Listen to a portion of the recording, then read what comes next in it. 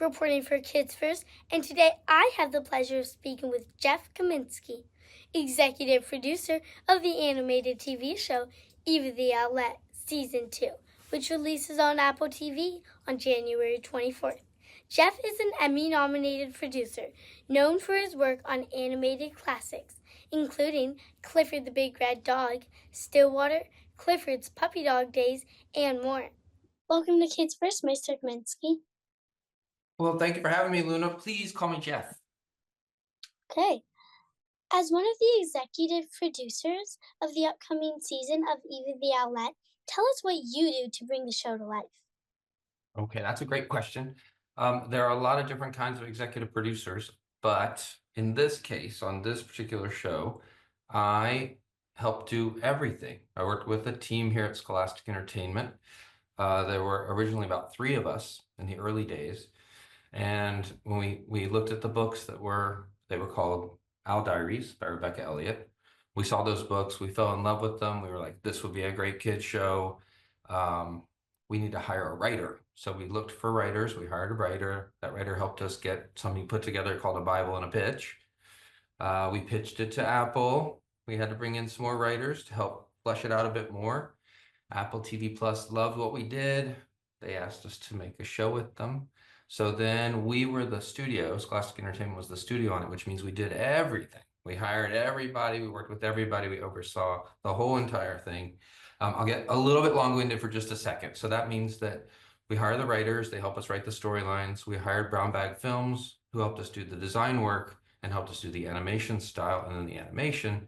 And then they also oversaw the audio parts with the voiceovers and the sound effects and everything and all the music. As an executive producer on it, we got to see every single part of the whole thing as it went through the entire production process and got to make decisions and choices and have fun, like picking out colors or like what's Eva gonna wear, or what's she gonna look like, what's her diary gonna look like. So simple things like that, all the way to like what's her house look like and what's the woods look like, and so all those things, what kind of stories we were gonna tell. Wow. Ooh, that's the longest answer I've ever given to any question ever. Since this show is created by Brown Bag Films, what other shows have you collaborated on with them? Brown Bag helped us do all of the design work and animation and everything and produce the entire show, but the creation part was a little different. The things that we've worked with them on before are things like a Magic School Bus reboot that was on Netflix with 9 Story in Toronto, and also we worked on Clifford with those guys too. And we had such a great time working with Brown Bag on this project and kind of fell in love with the team that now Brown Bag's a part of Scholastic. That's how much we liked him. We invited him to be part of our entire family, which has been a really fun thing this year for us. That's cool. In what way can we expect to see changes in season 2 from season 1? Season 2 is a lot like season 1 in that we really just wanted to focus in on Eva's, the stories we tell with her and the fun she's going to have with her friends and spend time with them in Treetopinton. It's a really nice continuation of, if you liked season 1, you're going to love season 2. Were you guys thinking of, do you guys think of adding other characters if you guys make a season 3? Yes, we always leave room for more characters. It's one of the fun things you get to do. You know, you establish your core group of friends and then you kind of build out from there. So we had a couple of new characters come in season 2. One of my favorites is this little raccoon guy named Milo, who's a really like a shy new neighbor for Eva. She has to learn how to not be quite so over the top with someone who's likes a little bit, doesn't like loud, likes quiet. Yeah.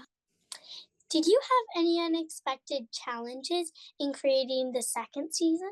Would you believe we had none whatsoever? We had such a good time making this series. It was a joy from the beginning of this thing at the very beginning with Apple TV Plus all the way through to the end. I think everyone on the team really had a good time working on this. It was just one of those productions that was super fun. We got along great, we laughed, and we got to tell great stories. The show's voice cast includes Viviane Rutherford as Eva, Jessica DeChico as Eva's mom, Dino Andrade as Eva's dad, and more. How did you get to casting these people?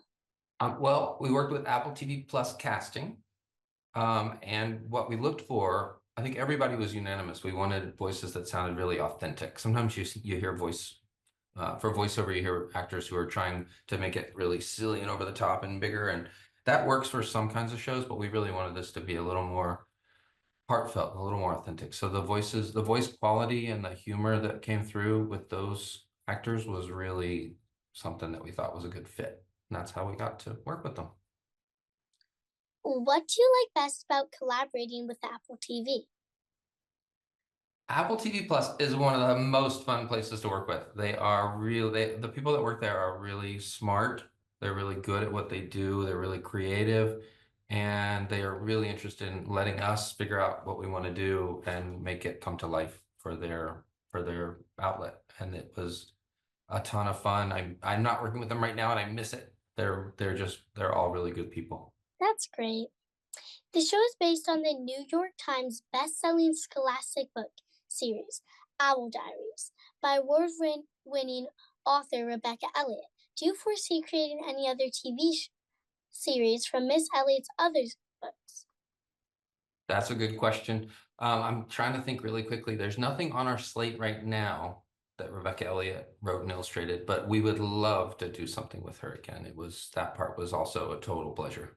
She's a great author illustrator and really creates a beautiful world. So we'll keep on lookout for new things. What do you hope audiences will take away from watching the show? Well, hopefully, first and foremost, they're going to have fun and they're going to laugh and they're going to fall in love with Eva or some of her friends or all of them. They'll want to spend time in Treetopinton. But the other part of this that comes out of, there's a Dr. John, late Dr. John. He was from Duke University and he was all about journaling. He believed that if you write in a diary, you can really figure out your problems. You can really identify how you're feeling, and you can change the way you're going to approach your life, how you're going to live, how you're going to talk to people, how you're going to control yourself. So ideally, people watching Eva the Owlet will see the power of journaling, writing in a diary, and maybe try to do some of those strategies for themselves. Plus, they can learn how to control their emotions, because how Eva sad about things, and then with help of others and with help of writing things down, she can basically take it all out and be happy again. Eva, Luna, that's exactly right. That's exactly the best way to put it. Couldn't have said it better myself. Thanks for your time, Mr. Kaminsky. Please call me Jef. Thank you, Luna. Thanks for all the great questions, and thanks for spending time with me today. Appreciate it. Of course. Eva the Owlet, Season 2, releases on Apple TV January 24th. Again, a big thank you to Jef for taking the time to speak with me. I'm Luna, reporting for Kids First. Be sure to like and subscribe to our channel so you never miss any of my reviews or any of my teammates.